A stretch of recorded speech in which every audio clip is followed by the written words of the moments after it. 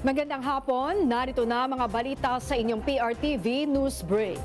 Inanunsyo ng Transportation Department na may 50% diskwento sa pamasahe sa MRT3 at LRT2 simula yan sa Lunes, March 23. Ayon sa DOTR, ito'y para sa lahat ng pasahero. Applicable din ang diskwento para sa senior citizen, PWD at estudyante. Maaari ring makinabang ang regular passengers gamit ang beep cards o yung single journey tickets. May kipag-ugnayan pa ang ahensya sa pamunuan ng LRT1 kung ipatutupad din ang kaparehong diskwento sa kanilang linya.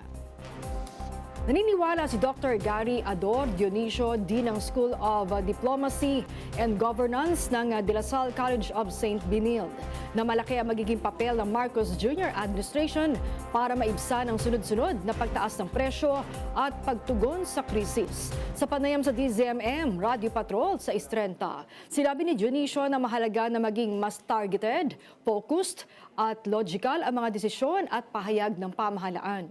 Dagdag niya, dapat na ring iwasan ang tinatawag niyang performative governance sa pagharap sa mga issue. Tingnan din natin itong opportunity na ito na ang gobyerno ang magiging tanging bihikulo upang matugunan ang mga problemang kinakaharap natin. We have no choice right now to rely on the government response. But on the other hand, we also have to remind our good people in the government to become more targeted, focused, at logical in terms of their decision and pronouncement. Samantala, bumagsak sa mahigit 60 pesos ang palitan ng piso sa dolyar. Ito'y matapos na maitala ang palitan sa 60 pesos and 40 centavos sa bawat isang dolyar kaninang umaga.